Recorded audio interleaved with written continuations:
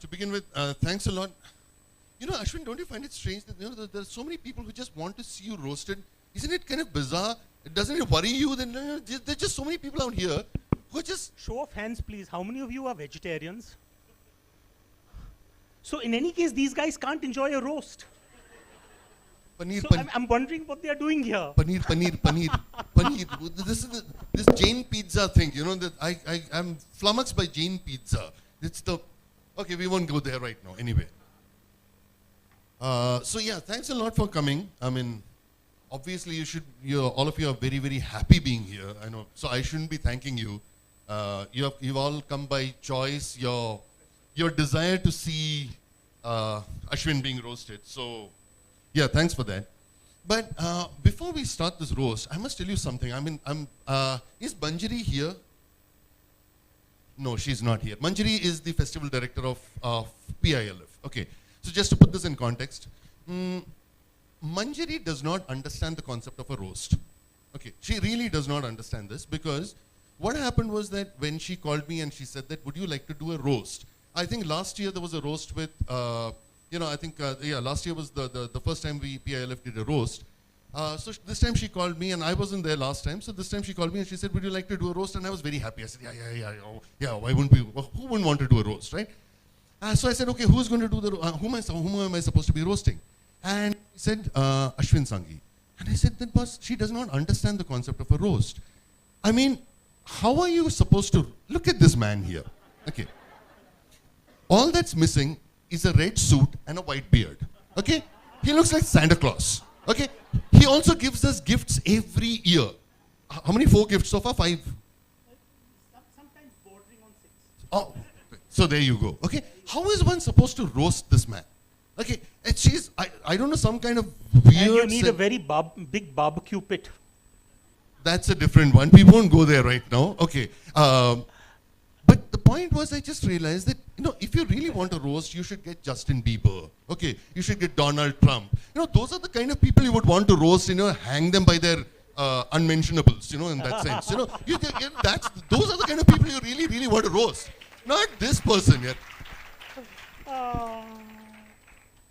But anyway, I said yes, and I agreed to take the check that she had given me. And you know, as authors, he makes a lot of money. I don't. Okay, so you've got to do these kind of things to earn money, you know, on the side. So I said yes, and so that's why I'm here. So I am going to roast an attempt at roast, which is why, as I said, you know. Please. So. Ashwin, I'd basically like to start with the first thing that I basically want to ask you about.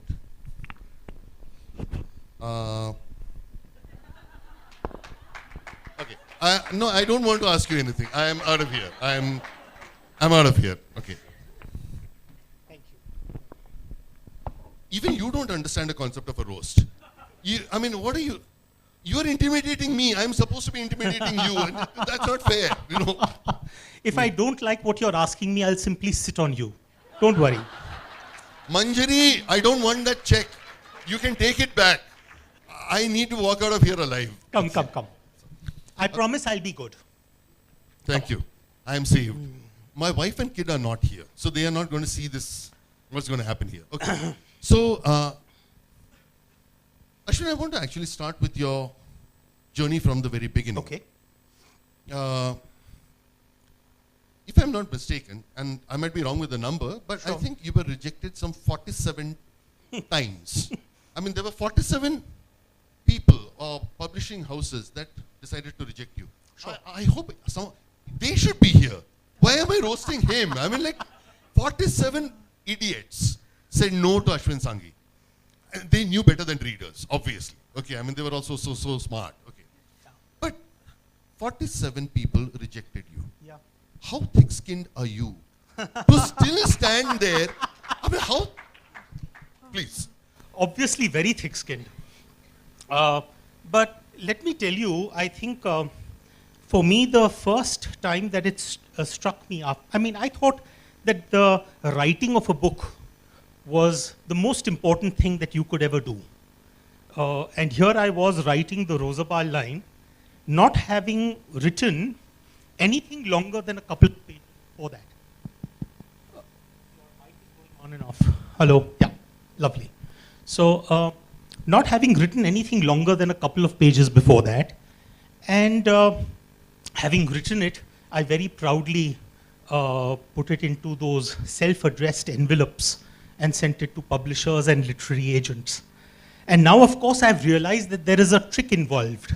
When you're sending a manuscript to a literary agent or a publisher, don't include the self-addressed envelope with postage on it, because chances are it's going to come back to you. But It's also an extra cost for you. exactly. But having said that, the rejection started coming in, and I think after about the 8th or 10th, I realized that there was something dramatically wrong.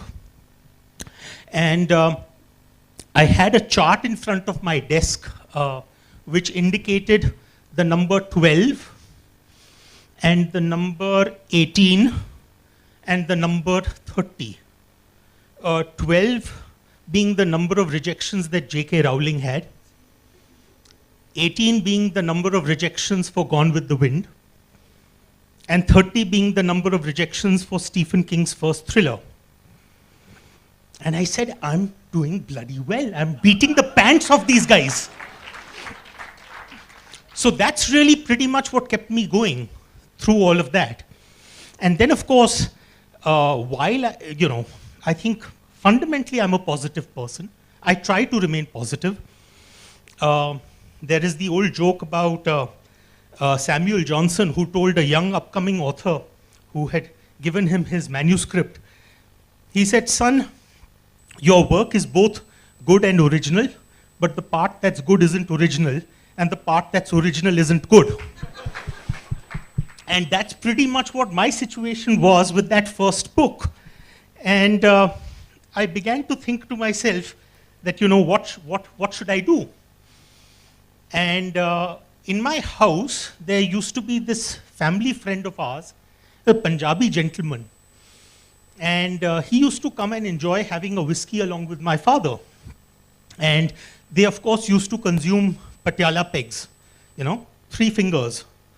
So he said to me, he said, Beta, you're looking very down. What's the matter? So I said, Uncle Ji, nothing is working out for me. Anyone and everyone has already rejected me. He said, क्या है?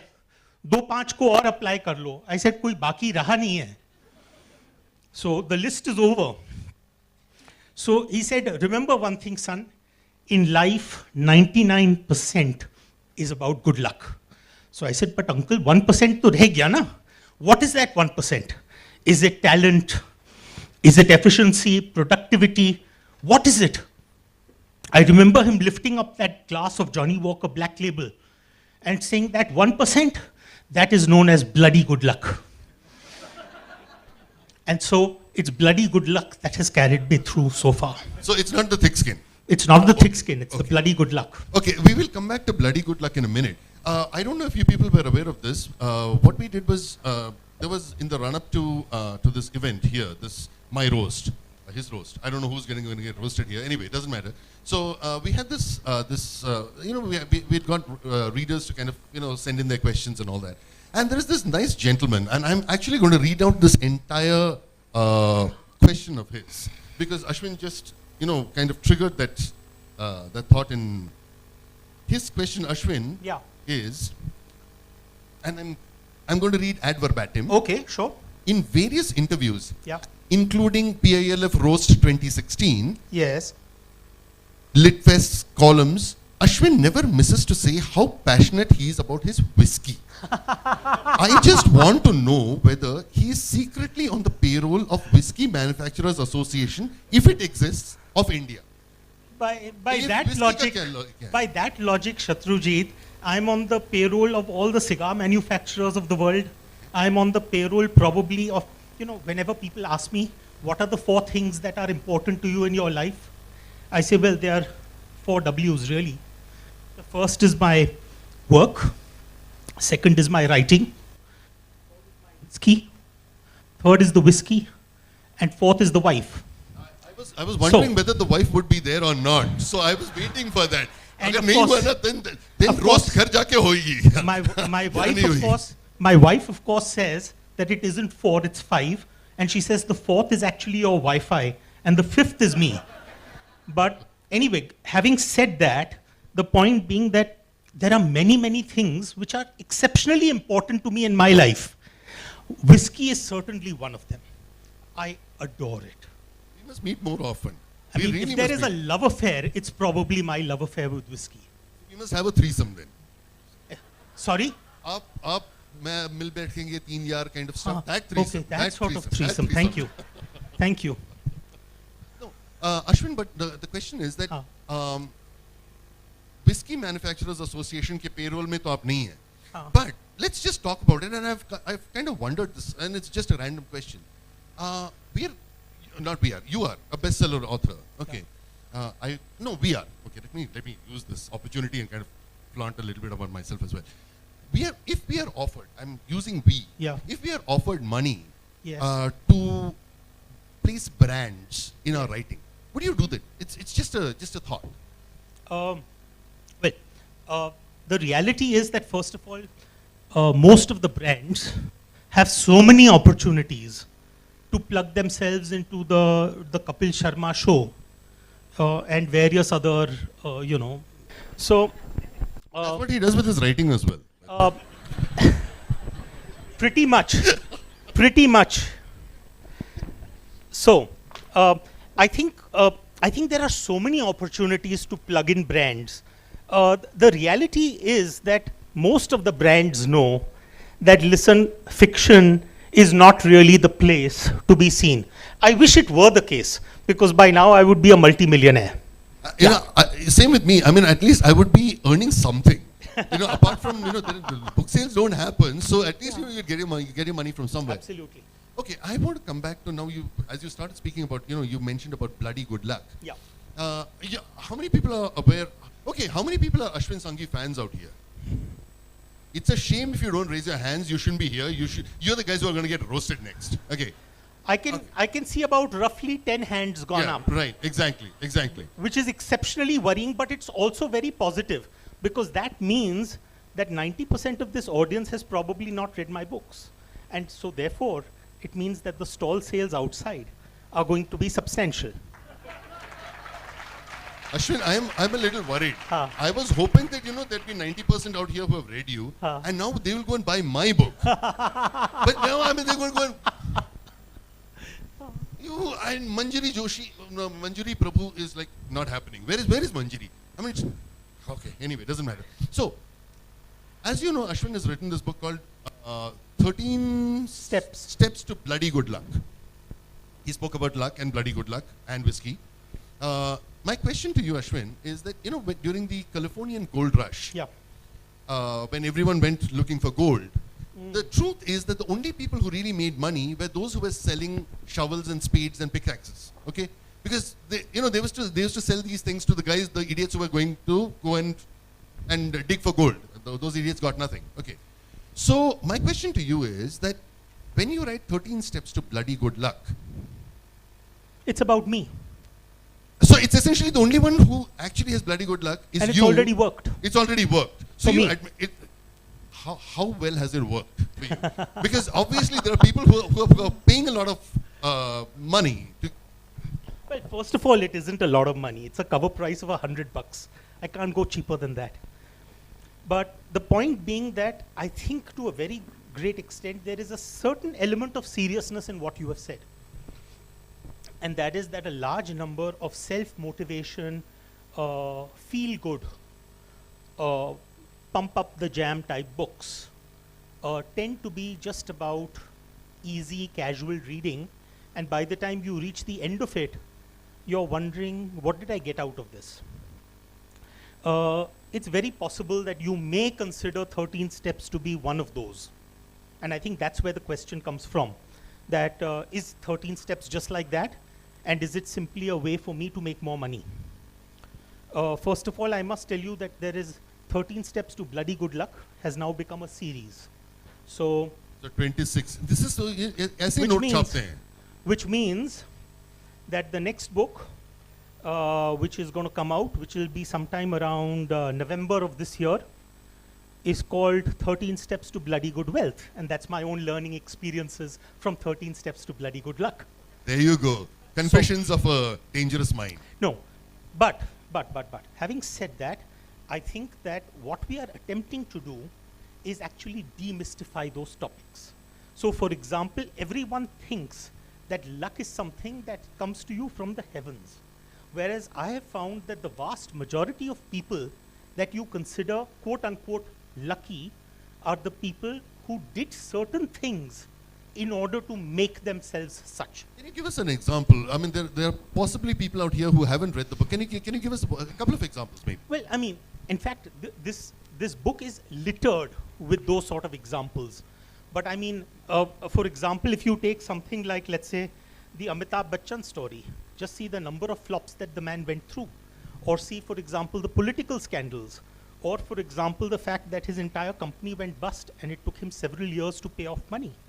But there is almost, the way you use the term thick-skinned, for me, probably he is also thick-skinned, which means that he was, you know, in Japan, they have this wonderful doll.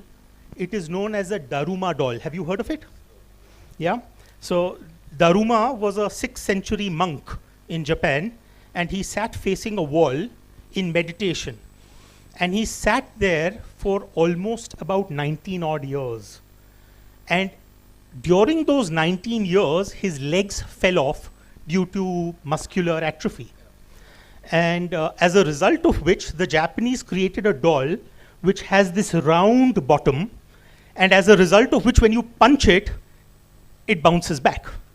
And that's pretty much what I consider to be one of the most important qualities of those who are lucky. If I had got taken in by what people said about my writing during the time when those rejections were coming in, I would never have got further. Take, for example, when Rosabal Line came out, one of the first reviewers of the book, she wrote, Ashwin Sanghi has written a good book, but it could have been a tad shorter. Maybe it would have been better if he had stopped on page 10. Now, the point I'm making, if I had taken that seriously, I wouldn't have chugged away to promote that book.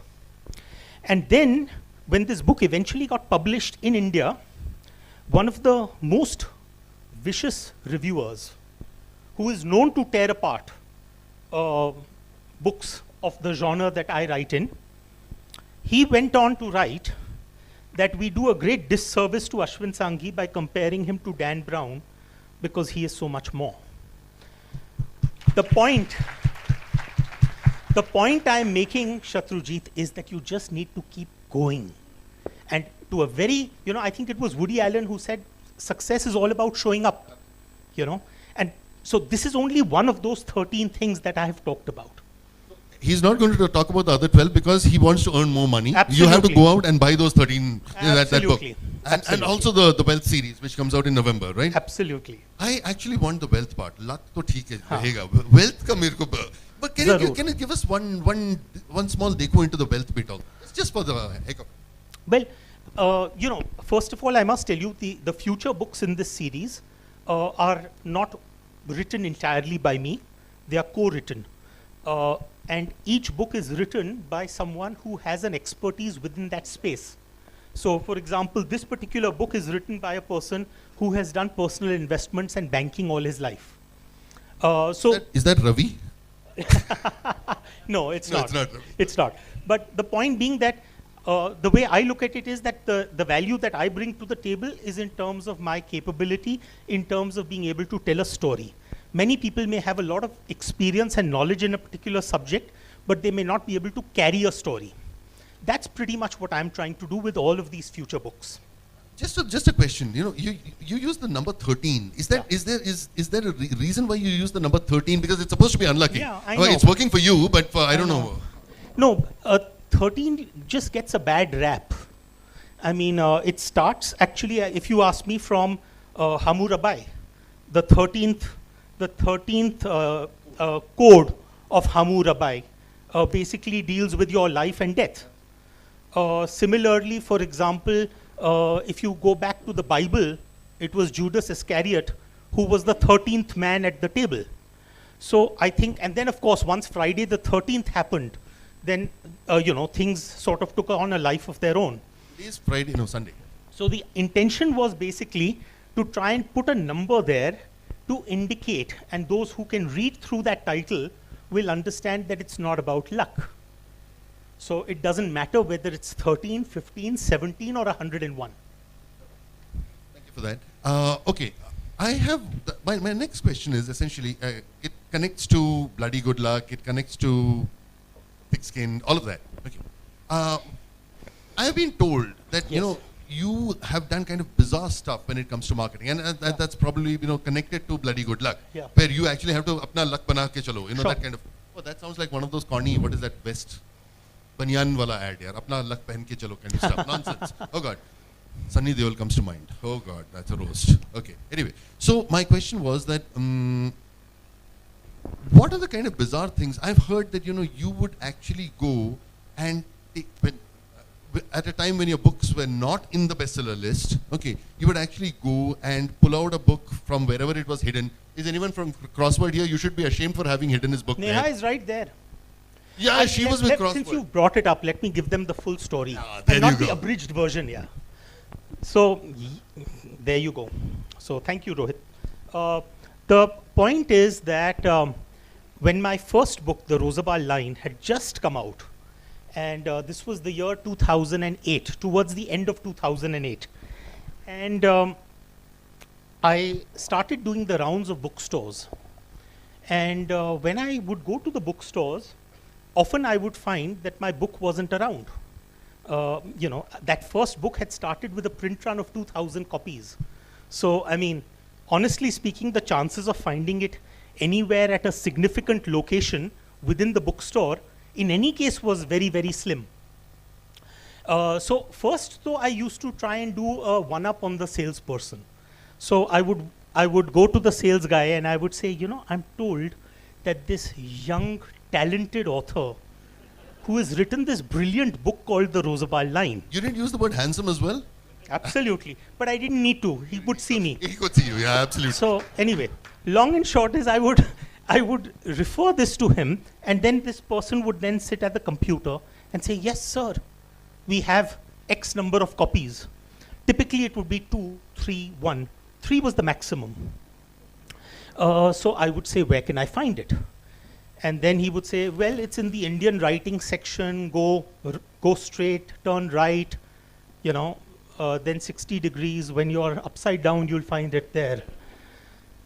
So I would find my way there, and I still remember this one incident that happened at Crossword Kemp's Corner, where I picked up those 3 copies that had been spoken about.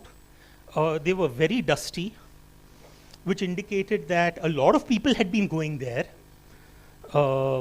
and picking up the book. But frankly speaking, I was very upset with it. So I took those 3 copies, I took out my kerchief, and I ran my kerchief over those 3 copies very lovingly, made them look fresh once again. And then I walked up to the main part of the store, which is just opposite the entrance, where they have the bestseller rack, and I placed all 3 copies right there. I admitted as much to Neha's ex-boss, Kinjal Shah, during a seminar a couple of years ago. And I said, listen, today I must admit to you that I actually did this. And he said, Ashwin, the only difference between you and a lot of other authors is that you're actually admitting it. Oh God. Now I don't know where to hide. Okay. Confession time? Okay, I also did it. The point is, Shatrujit, I think, listen, all young authors, new authors, upcoming authors, they face a challenge. I remember when I had just started out, one of the salespeople at Westland would take me in order to visit the various bookstores. And I remember him telling me one very crucial and very important thing. He said कि एक चीज़ याद रखिएगा अश्विन कि जो दिखता है वो बिकता है. And so every time I would go into stores, even when I was going into new cities, I would visit the stores, try and meet the bookstore manager, or try and meet the owner of the store in order to find out as to how the book was doing, whether there was something that we could do jointly in order to make the book happen. So, to my mind, the first couple of years as a writer is something very, very critical, where you yourself have to pour yourself into it. Having said that, there has to be a Lakshman Rekha in terms of what are the things that you do. In fact, I was actually coming to that. Today we are in how many of people here are aspiring authors? Is there anyone who wants to get published? Generally, yeah. I mean, go ahead. You can raise your hands. About 5, There's nothing 7. to be ashamed about. I mean, the two of us were aspiring authors once upon a time. So, okay. Now, my point is that there are a lot of aspiring authors today who, and this is a very serious problem that I have. You have a lot of publishers today. Yeah. You know, small, large. You've got, guys who are sitting in small cities, and it's not a knock on small cities. Yeah. It's just a knock on a mindset of a certain kind of publisher Yeah. who says that it's important that aap aao, Hmm. you pay me money, I'll publish you. That's okay. That's self-publishing. It's Sure. still in the accepted space. One of the things that a lot of people do, and this is supposed to be part of the marketing plan, Yes. is that you go and buy back your own books. तो मैं आपका 1000 copy में छापूंगा, Yeah. आप उसमें से 999 आप खरीद लो खरीद लो. वापस. I know. Okay, and that doesn't make sense because technically one copy is going to be in some bookstore somewhere. Yeah, of course. So, as a marketing person, okay, and as you said, you've done a lot of stuff to market First your of book. all, I haven't done that, by the way. Correct, exactly. But what would But you... I'm just clarifying. Absolutely. But the whole point is, what would you tell authors Yeah. who are falling into those kind of traps? See, first of all, I think this entire vanity publishing in itself, I think is a dodgy area. Self-publishing is a very different ballgame altogether. How would you differentiate that for people? Self-publishing, if you really think about it, there are multiple platforms available to you where you can simply upload your manuscript on a website. Once you have your manuscript up there, you can decide whether you want it to be available on an Amazon Kindle or whether you want to make it available in the form of a paperback. Typically in those, there is a standard fee structure. I remember when I had just started out as a self-published author, the first platform that I used was a company in the US, which was called Lulu, right? And so Lulu used to charge something like around $99 in order to actually help you in terms of getting your ISBN and getting your copyright and all of that sorted out. The difference between that, but then eventually you have to do your own hard work in terms of social media, in terms of blogging, in terms of various things, in order to make that book sell. The point is that vanity publishing means that you go to a publisher, that publisher turns around and says, I will print not 1 at a time or 5 at a time, which is typically what a self-publishing outfit will do, but instead he says, I will print 5,000. And then those 5,000, for that you pay me an upfront marketing fee. And that is where these sort of deals also start working out. That, hey, listen, if you want to make it onto a bestseller list at a particular store, then why don't you go and buy up? Now, frankly, it's foolish, because if you are buying your own books, then the reality is that you're not leaving it available for other readers to buy, which means how are you going to ever get known? So I think that is really where I think you have to draw the line in terms of what is it that you're going to do in terms of marketing and what is it that you are doing which is pure and utter stupidity. So for example, what are those 3 or 4 things that Yes. that are commonly accepted as, within quotes, marketing, Yeah. which to your mind are utter nonsense? Well, one of them is this. This. I would say probably vanity publishing is again another thing. I think probably a lot of authors, when they start out, Shatrujit, they are advised by their publishers that, hey, listen, we need to have an event for your book in order to give visibility to the book. You mean a book launch? Like a book launch. Typically nowadays, any launch that you have ends up costing you a certain amount of money. What ends up happening is that you have 50 or 100 people landing up, if at all that. And by then you are already down with a significant chunk of your marketing budget. So to my mind, I think what you need to really look at is what is bang for the buck. That where are you spending that money and how much value is it going to get you?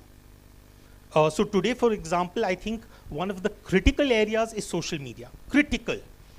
So even if you're not a writer as of now and plan to be a writer, let's say 3 years from now, start building your social media space. Please. You know, those are the intelligent things that you need to start doing now. Okay, this is getting a little serious and intelligent right now. We must dumb it down now a little. Okay, so what we're going to do is, my question, next question is completely unrelated to any of this. Lovely. James Patterson. Yes. Private India. Yes. Okay.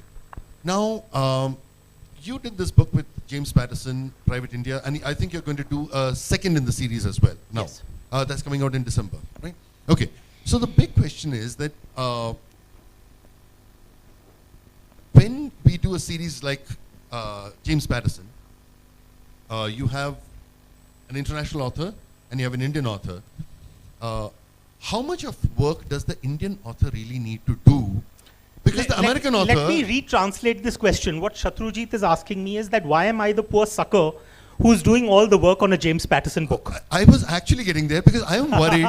I'm also looking at it as a business opportunity. You know, we've had coolies, we've had cyber coolies. Can we have book coolies as well?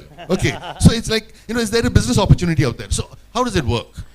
Okay, first of all, let me tell you, and unfortunately, even though you have given me a question which is out there, the answer is very much here. And it's unfortunately not a light-hearted answer, it's a very serious answer. The answer is that a lot of people don't realize that Patterson actually does a ton of work when you collaborate with him. Typically, the way the process works, first of all, let me give you a background in terms of how the collaboration between us came to be. One of my literary editors, who had been transferred by her company to London, was occupying an office which was next to the lady who was representing James Patterson. So it is what is called in India arranged marriage. I have the right girl for your boy, or vice versa. So this is pretty much what happened. These two aunties sat together and they pretty much worked out the entire rishta without involving us. Then subsequently there was a discussion that took place, and in that discussion the options before me were A, that James does a plot outline, and then I actually end up fleshing out that plot outline. The other option was that I end up doing an outline, giving it back to James. Certain portions James fleshes out and certain portions I flesh out. This is what it was, A or B. My personal view was that given the fact that we were writing stories which were very India-centric, the first book is Private India, which is set entirely in Mumbai. The second book, which is coming out January of next year, is a book called Private Delhi, which is set entirely in Delhi. So automatically, it means that you need to have someone plotting it out with an Indian sensibility. You can't have an American plotting that. So that's what I went back to him with. And I said, look, you know, I think the plot should come from me. He said, sure, you know, I'm happy to leave creative freedom entirely in your hands. So now the way it works is that for each of these books, I do the plotting. It goes back to James. James, even at the plotting stage, is very, very particular about putting his own input into that. And he's a master of that because having sold millions and millions of thrillers, there is a very workable formula that Mr. James Patterson has. And so he makes sure that that formula is there. Have you mastered that formula? Not yet, Not but yet. I'm getting there. We must meet. The moment you get it, please we must meet. We must meet. I'm getting there. But the point being that after we are actually done in terms of freezing out the plot, then we start actually writing. Now, there are certain portions which I will write, there are certain portions which he will write. Once we have a complete manuscript, that's the time when we get a chance to read each other's work. And then hand over the entire thing to an editor who then has to make sure that all the sections are flowing seamlessly. So it is a ton of work by both parties involved. And probably that's the reason why James is so very successful with collaborations. He works along with not just me, he works with at least another 8-10 authors. And I think if I'm not mistaken, this year, as a result of his collaborations, he will have 8 books coming out this year itself. Oh, that is the formula. So now that is the 13 steps to bloody good wealth. Good. Yeah, there you go. Oh my God, that's a. Talking about formulas. Now we were talking about formulas, and there's an interesting question which one of the readers had kind of sent in. Yeah. And I'm going to kind of paraphrase that for Sure. you. The question was essentially that you've got there is probably a lot of established authors have a certain formula in Yeah. place, Yeah. and that formula is one of them was speaking about Dan Brown, for example. Yes. There is a Dan Brown formula. Yes. There is a John Grisham formula. So Yes. everyone has a certain, and it probably is not really consciously formula. It's Yes, just yes. the way you think and structure stories. Of course. And it seems like a formula. Yeah. But the point I was getting to was that you have been compared to, when you did Chanakya's Chant, Krishna Ki, you were compared to Dan Brown. They said that you are the Dan Brown of Absolutely. India. After Sialkot Saga, there's been a lot of talk about how you are the Jeffrey Archer of India. Yeah, Okay. I don't know what I am, but anyway. Yeah, I have multiple personality disorder. Yeah. Yeah. No, the question that I had was that would there be a day when where you look at yourself and someone says that you are actually, they look at an author in America Yeah. or in the US and say Yeah. that this guy is the Desi Ashwin Sanghi. Inshallah, maybe that might happen one day. I don't know when it will happen. And but it I won't- hope, and it won't be fingers Sean crossed Higgins. that it happens one day. It won't be Sean Higgins. Absolutely. Yeah. But Shatrujit, I think where you're coming from, see, frankly, what happens is, like for example, my first book. What was the topic? I don't know how many of you in this room, probably given the fact that only 10 or 15 hands went up, I'll be surprised if too many have read that first book called The Rosabal Line. How many have read the Rosabal Line? There Okay. are. Oh, there are Okay, enough. There Okay. are substantial number, which also explains why I have such few fans in this room. So those who've read that initial book of mine are aware that what the story is about is fundamentally a particular tomb in the middle of Srinagar. And in the heart of Srinagar, this tomb, which goes back, the records indicate that this tomb came up sometime around 112 AD. And there is a Muslim saint buried there. The Muslim saint is a Pir. His name is Nasiruddin. And of course, that burial is from the 13th or 14th century. And that is very clearly an Islamic burial because the head is pointing towards Mecca. But what is very surprising is that there is a second body under that first body, which means, in other words, there's an earlier burial in that tomb. That earlier burial is not an Islamic burial, it's an east-west burial. And given the fact that it probably dates back to the origin of the tomb, which is around 112 AD, indicates that it's probably a Jewish burial. Now, 112 AD, we know what is the time frame for the Jesus story. And what is even more fascinating is the fact that outside the tomb is a metallic plate, which again dates back to a very, very old provenance, showing a pair of feet, human feet. And on that human feet are X marks, which show exactly the points where you would have puncture wounds from a crucifixion. So this story just fascinated me. And as a result of which the Rosabal Line was born. Now at that point of time, when this book was published, the Da Vinci Code was all the rage. So anything that dealt with Mary Magdalene or Jesus Christ, automatically it was like, oh, this is the Desi Da Vinci Code, or this is the Desi Dan Brown. That's where that tag comes from.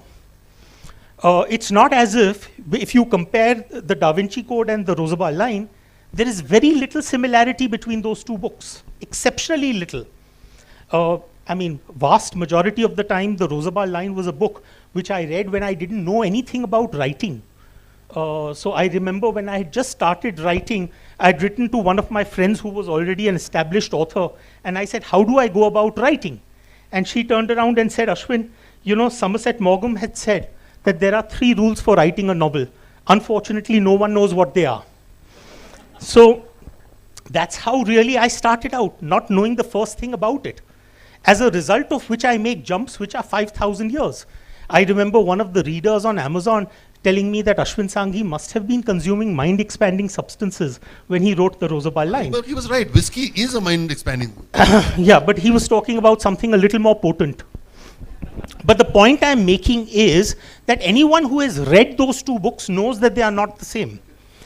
Second, as far as comparisons with, let's say, plot lines, for example. I mean, today, for example, after the Sialkot saga came out, because there are 2 businessmen involved in the story, the first reaction was, oh, Ashwin Sanghi has done a Cain and Abel.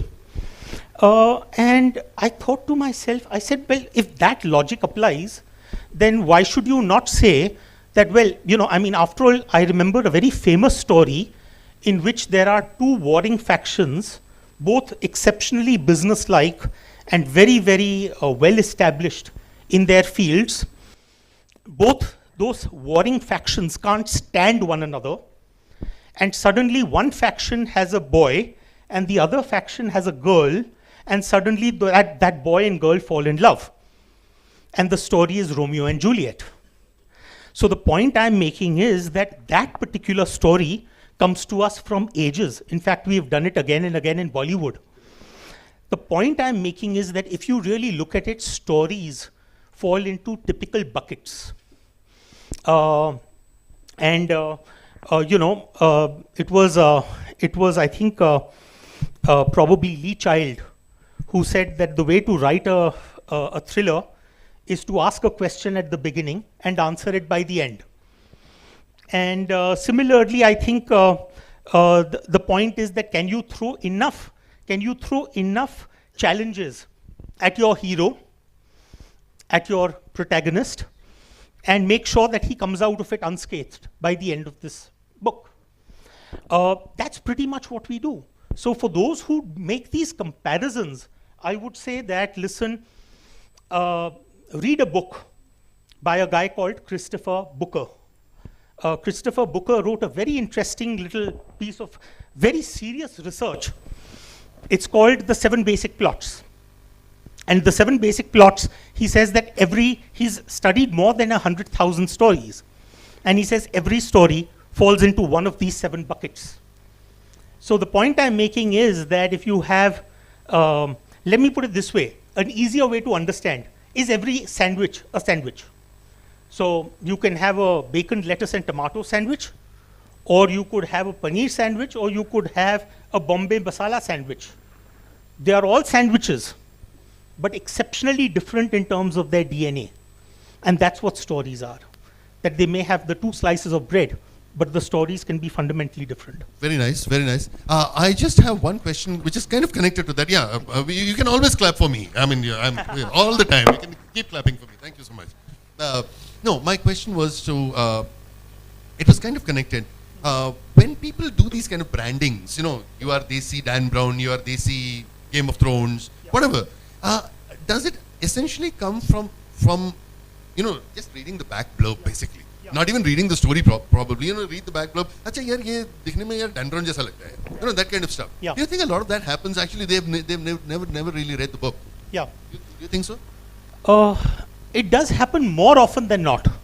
More often than not, it starts with the back blurb, and then it, because the back blurb is usually something which is like the marketing pitch of the publisher.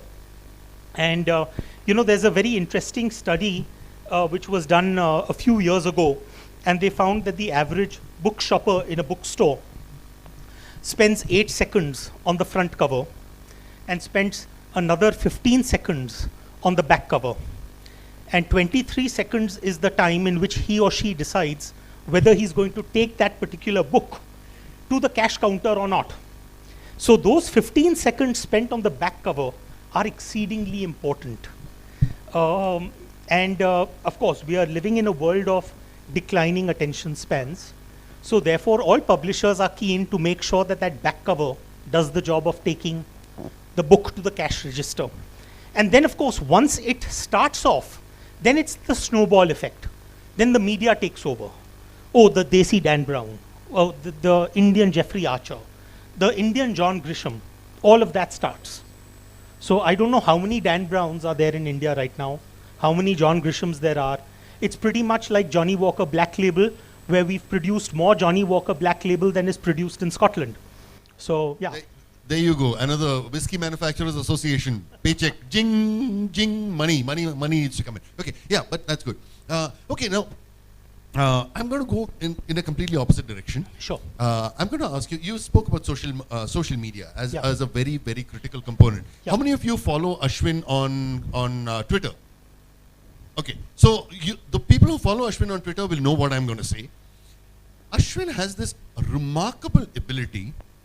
This is also, it's partly a learning experience, but Ashwin has this remarkable ability of, every hour there'll be a tweet from Ashwin.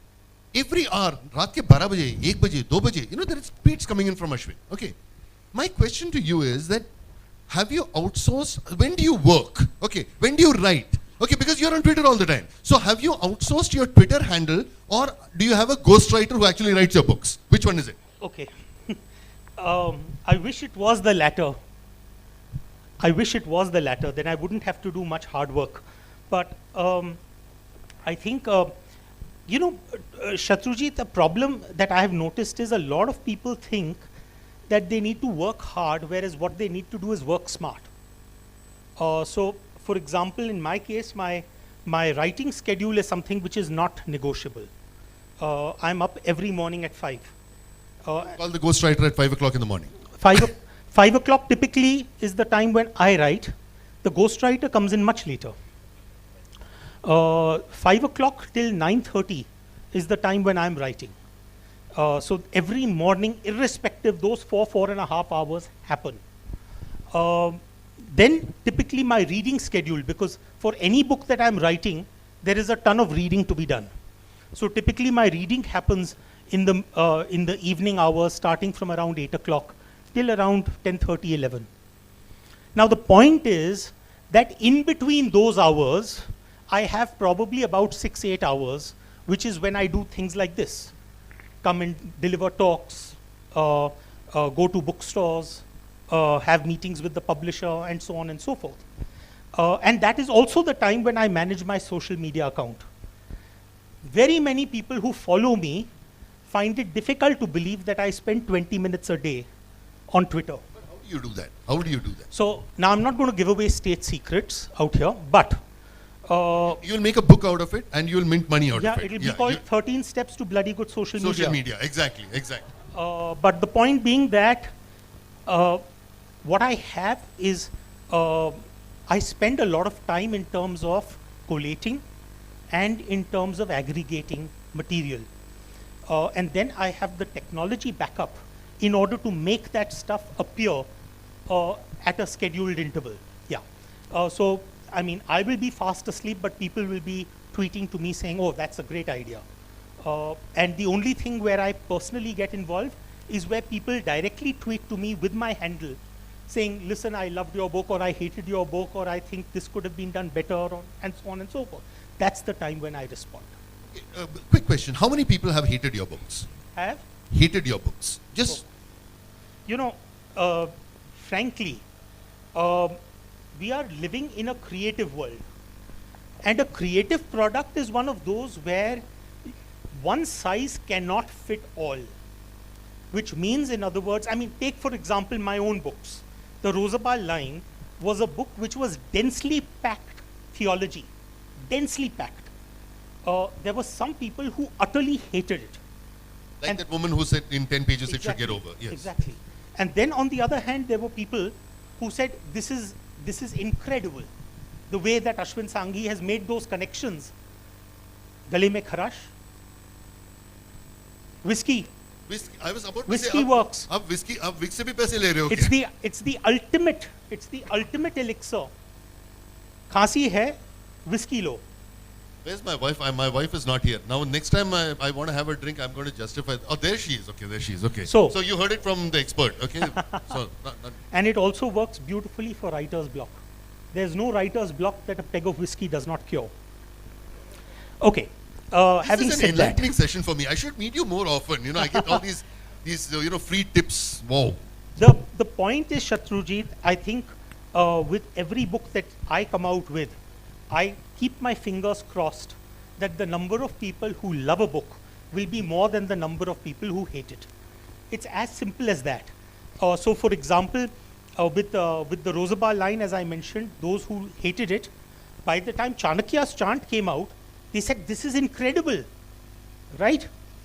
And the very people who loved the Rosabar line, Chanakya's chant, there was a reviewer who had given a glowing review for the Rosabar line. The next day in a mainstream paper, she writes that this book has the intellectual caliber of Winnie the Pooh. So you can't have one size that fits all. And similarly with the Krishna Key, there were people who said, oh, this is wonderfully packed with mythology. And there were those who wrote to me saying, after such a brilliant book like Chanakya's chant, why did you come out with the Krishna Key? You didn't need to. And the same is happening with the Sialkot saga. So what I look for is that, listen, can I please at least 80% of my audience? If I'm within that 80-20 number, I'm doing fine. Let's not talk about critics, okay? Because Yes. you know, are there any critics here? Then we should not talk about this. But the point is that critics are critics. Yes, Okay. I mean, of they've got to earn their paycheck. Of course. Readers are actually giving us money.